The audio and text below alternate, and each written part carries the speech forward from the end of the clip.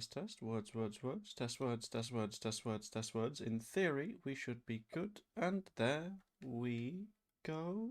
I think so. I think we're live. Anyway, hello, everybody. Welcome to a little bit of a stream that is covering something that I wasn't quite expecting to cover at the minute.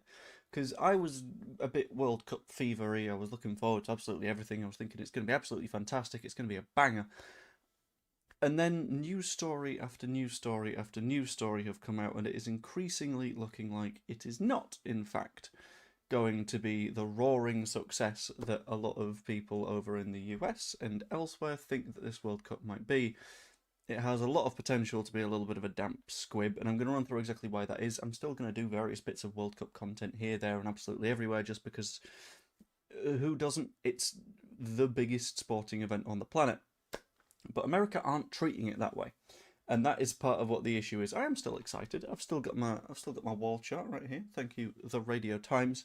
But yeah, I think this is something that kind of needs a little bit of a dive into, a little bit of a talk about. So I got a bunch of reasons that there's problems around this World Cup that are, let's be honest, more significant than a lot of people want to admit that they are. So the first major issue that I've sort of bumped into is that fans are going to be essentially extinct for a significant proportion of it. This is not something that should be too much of a surprise if you know American sports at all.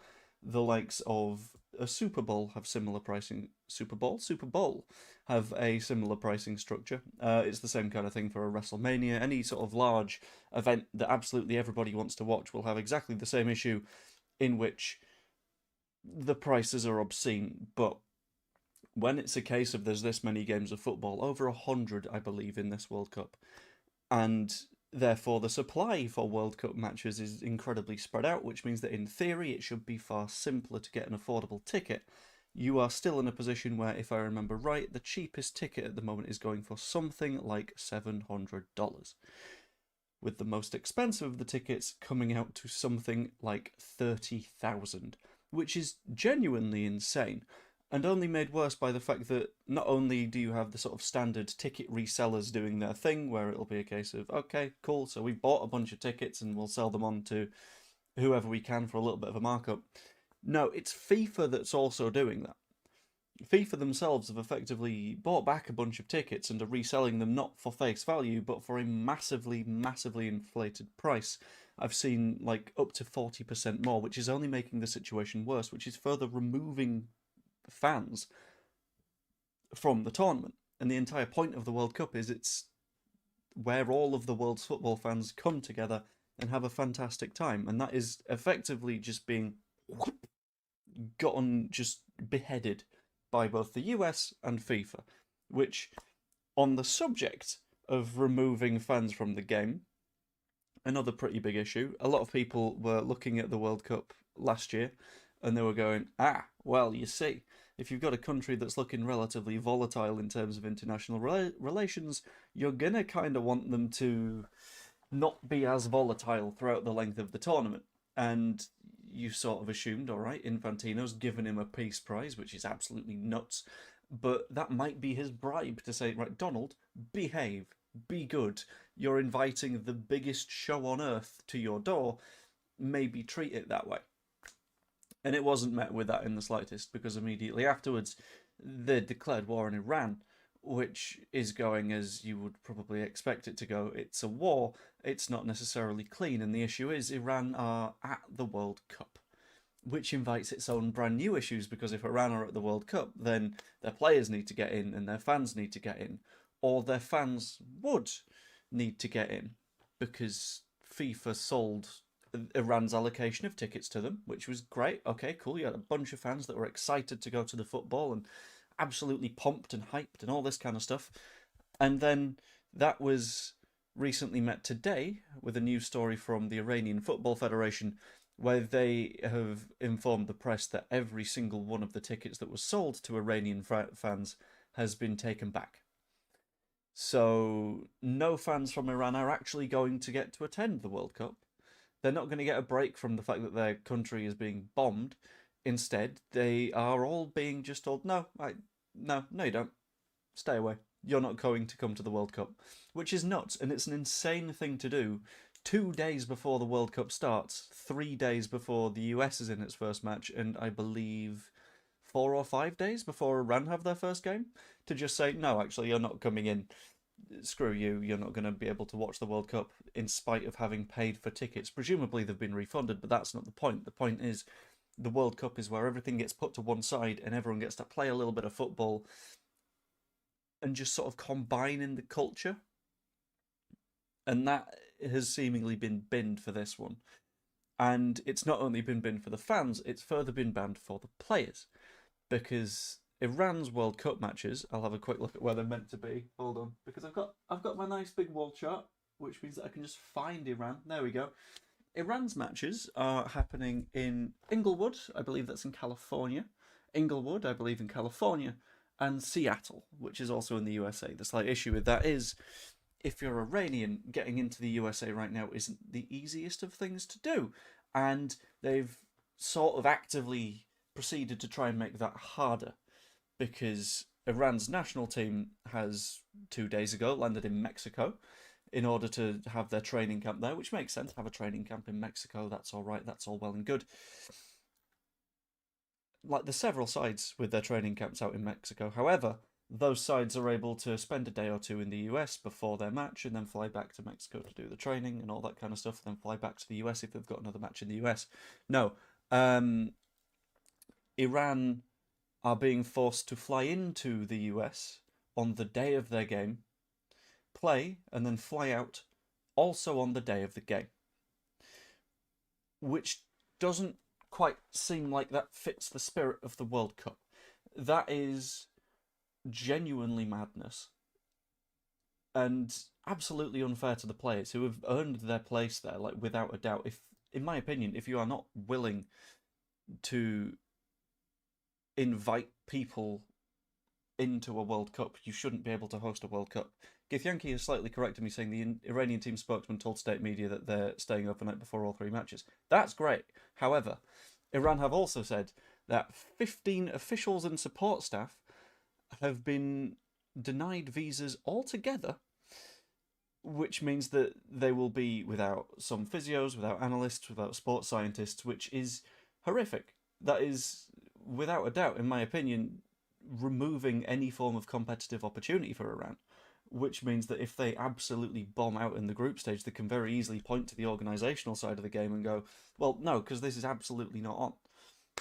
And they can't really appeal to anyone, because we know for a fact that the US government right now doesn't exactly listen to legal structures. The amount of times that it's just doing things that it's not allowed to do according to law and going, well, what are you going to do? Set a court on us? What's a court going to do? We're not going to stop. We're just going to keep doing the thing.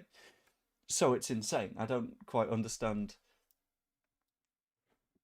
what's going on with all that. And in addition to that, you've got the issue of individuals being stopped from attending the World Cup, including the best referee in the African Footballing Confederation, who is from Somalia, who travelled over to the US with a diplomatic visa. The diplomatic visa, in theory, being like, look, I'm here for a work purpose. I've been told by FIFA that I can come. I've been told by the Somali government that I can come. I'm protected as a diplomat because I'm doing an international role right now, which he kind of is. That's what a referee is. A referee is sort of football's diplomat. Let's go with that. Yeah, he has been turned away at the border.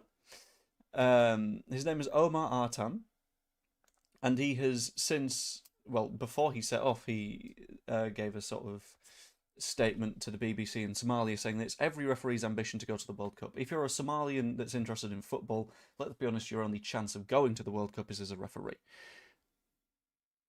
And Somalia did everything they could to get him to the World Cup. They, through sort of diplomatic efforts behind it, they made sure that he was on the right passport, had a visa, which, if you've got a visa, you're allowed into a country. That should be how it goes. And he was just turned away. This is all whilst the State Department in the USA said that it's welcoming legitimate travellers to the World Cup and is adjudicating every visa application on a case-by-case basis after rigorous review and thorough vetting. They stated that in the event that they turn someone away on their visa, It is for national security and public safety matters. Now, that isn't brilliant because, again, this guy is a footballing professional who has done his job all over the place. He will have refereed in Europe, he will have refereed all over Africa, including during AFCON. And without a doubt, is probably the most security-friendly person in Somalia. Like, let's be honest, he's a football referee. What's he gonna do? But he was turned away by border officials. And because the training base for referees throughout the World Cup is in Miami, and where they're doing the video review and where they're doing all of the sort of processing of referees is in Miami, he can't even referee in Canada and Mexico because he can't get with the rest of the referees and sort of discuss everything. You can't exactly train on Zoom. That doesn't make any sense. So he is entirely blocked out from the World Cup, which also puts FIFA in a weird position because they have to go, right, well, I guess we need to find another referee because apparently one of the referees that we know is safe, that the USA also probably knows is safe, has been turned away at the border because of some power-tripping border agent, which is genuinely bonkers. This is such a stupid World Cup, honestly. And in addition to this, and this is the last thing on the sort of security border side that I'm going to cover, there have been images released today of players from a variety of nations being put through insanely rigorous security checks. Kevin De Bruyne, for example, was having his feet metal detected at an airport security line in an image that I saw earlier today. The entire Uzbekistan national team were arriving at a stadium. They were getting off the team bus, and they were all having to go through this nut security system of, right, we'll pat you down, right, we're going to do you with the metal detectors, right, we're going to take your bags and we're going to look through your bags. This is a national football team. These are professional footballers who, let's be honest, will have gone through a level of vetting to get into the country into the first place. They are there for a game of football, and they're being held up for half an hour or so outside a stadium just in case some security bod gets a little bit twitchy. And this is including world-class players like Kevin De Bruyne, as previously mentioned. Which feels like it's another case of ICE going entirely over the top and saying, look, we think X, Y, or Z could be a problem, / we are people that couldn't get into the military LARPing at the moment, and therefore we want to use what little bit of power we can get our hands on. It's insane. It is bonkers, in my opinion. And that is before we go on to the, let's be honest, smaller scale stuff, but stuff that matters even more to the around the world audience, such as basic sort of player lineups. You've got your first 11 standing next to their first 11, and you do the handshakes and then you do the national anthems. No, that's in the bin. That's gone. That's apparently pointless. That's out of it. Instead, they are doing a pre-match flag ceremony in which both of the squads will be surrounding the centre circle with massive flags behind them whilst the national anthems play. This is something that has never been a problem in World Cups. This has always been completely fine. And there's just this little bit more, let's do some showmanship about it, which is completely needless. In addition to that, we've got the 3-minute hydration breaks happening in every half, which, fine, okay, I understand. Hydration breaks, if it is too warm, player safety has to come first, as we've seen the other day with Christian Eriksen. That's not a hydration issue, but that is a look after players issue. Except they are not only 3-minute hydration breaks, they are 3-minute hydration breaks in which FIFA have told the broadcasters, no, you can cut away, you can just go to adverts. Normally FIFA has very, very strict rules. I work in broadcasting, I know FIFA's rules around what you have to show at specific times. And that includes staying with the game feed throughout the game until halftime. And then, after halftime, once you get into the second half, you stay with the game feed. You're not allowed to cut away to an advert on the 15th minute or whatever, because, you're showing the football match. Except this time you can. because FIFA have seen an opportunity to make a little bit more money, to squeeze a little bit more out of that cash cow. And it is an opportunity that they will take absolutely all of. And that's without considering the half-time shows, which mean that in the final, for example, they're anticipating about half an hour of a half-time show, which is double what the laws of the game state is acceptable, and also is horrible for player health. If you are just stopping for half an hour, your entire body cools down, and then you've got to go out again, and that is just screaming hamstring injuries, left, right, and centre, without a doubt for me. And whilst I am doing my best to stay excited for this World Cup, whilst I am looking at it with the most positive outlook I can, so much of this tournament has been taken over by absolute bollocks. Like, not allowing clearly fine officials to travel. Like, not allowing teams into the stadium in a natural manner. If that happens on a match day, if a team is arriving 2 hours early to the stadium in order to get in, and they're getting stopped the moment they get off the bus because someone goes, oh, well, you've got a lot of bags. Obviously they've got a lot of bags, because they're a football team. But they're going to get stopped in front of a lot of fans, which are going to be hounding them, and it is going to absolutely kill the matchday atmosphere for the players. It's going to take them out of their headspace, and it's going to ruin the competitive integrity of the World Cup, which is, at the end of the day, what counts. We're looking for the best country at football, rather than who can best deal with bureaucratic nonsense again and again and again. Yeah, about half an hour is the estimated half-time for the World Cup final. It could be less in the end, I don't know, because they've changed on so many things already. For example, they banned empty water bottles for a while. They're allowed again now, but after a lot of backlash. It's going to be a long half-time because they've picked out 3 different acts for the half-time show. It's crazy. And they've got to build a set, and they've got to disassemble a set. I don't get it. Either way, it will take a lot of good football to distract people from the absolute nonsense that this World Cup is turning into. And I hope that's what we get, but I'm scared that that's not necessarily what will happen. With all that in mind, I'm going to do a little bit of a questions corner, but if anyone's got anything to say about the absolute bonkersness, just pop it in the comments. That would be absolutely wonderful.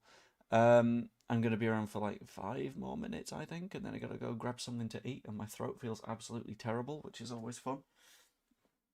But, yeah. Yeah, the halftime reality is bonkers. The halftime is not going to be very football halftimey. It is going to be incredibly NFL. Problem there, problem here, New World. What are you talking about, sign of nature? I am more confused with your words than I am understanding them. But this is not looking like a great World Cup at the minute, and you've got the whole travel to and from it, which, when it was public transport, was a case of, oh no, it's fine, we'll only raise the price of trains to $130 or so. It's a 15-minute train. What are you doing? Why are you charging $130? Because we can. Because this will lower demand. No, it won't lower demand. If 80,000 people need to get to a stadium, they still need to get to a stadium. You don't lower the number of people that are going if you charge more for a train. All you're doing is saying that all of the people that need to be on the train have to pay that money.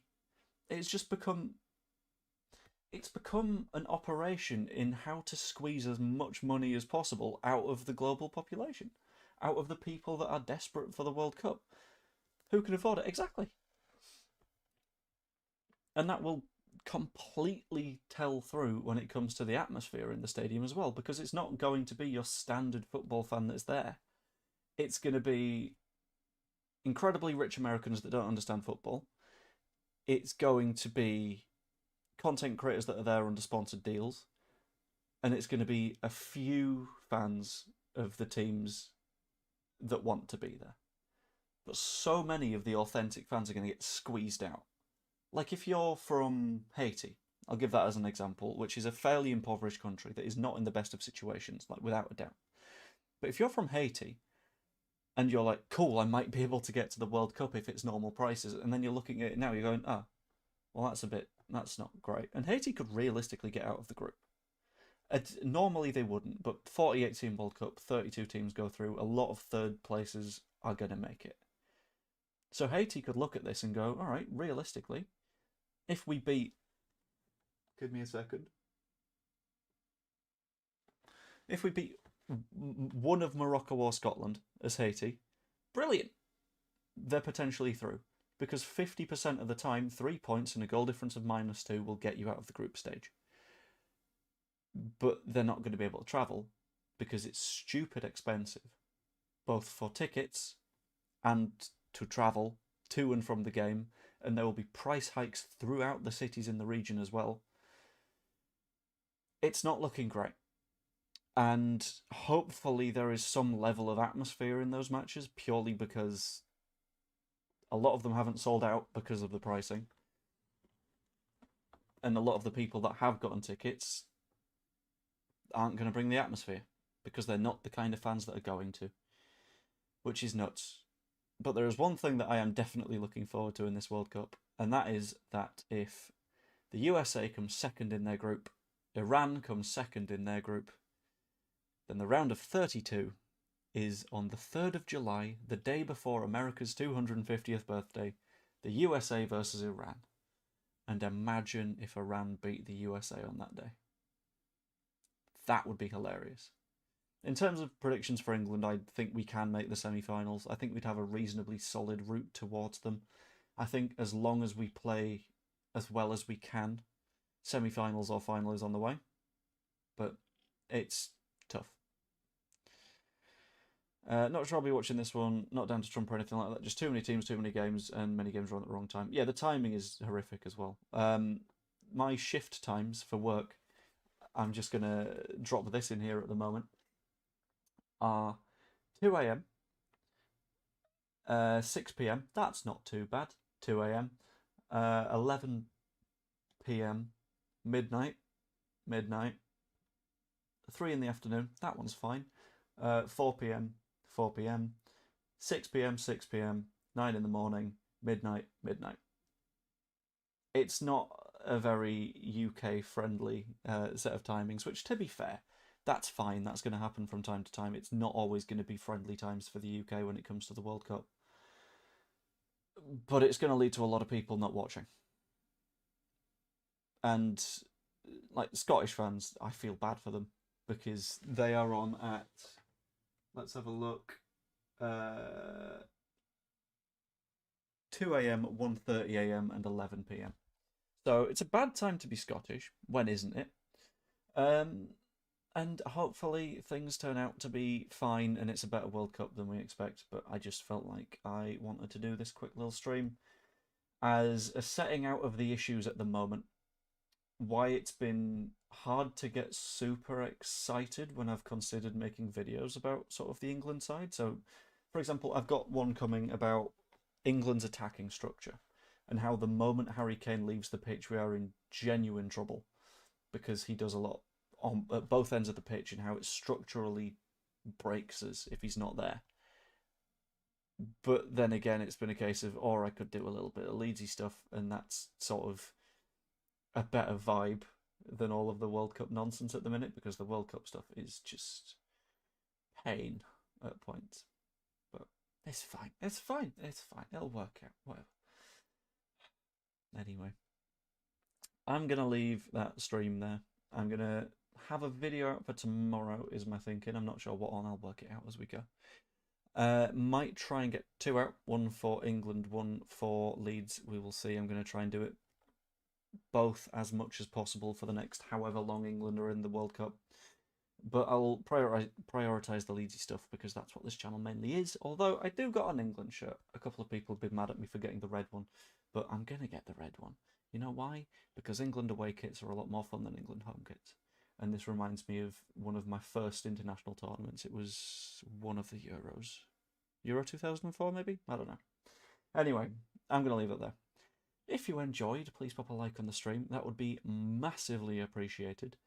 Subscribe if you haven't yet. It's that button down there, and if it says subscribe, that means you're not subscribed yet. And about half of you aren't, which means that if you did subscribe, then the number would go up and it would make me a happy boy when I'm in the hunt for 8,000 subscribers. So that'd be nice. Thank you very much. And yeah, hope you all enjoyed. I will see you all later. Toodaloo, mi amigos. Where's the button? I've not streamed in so long. Ah!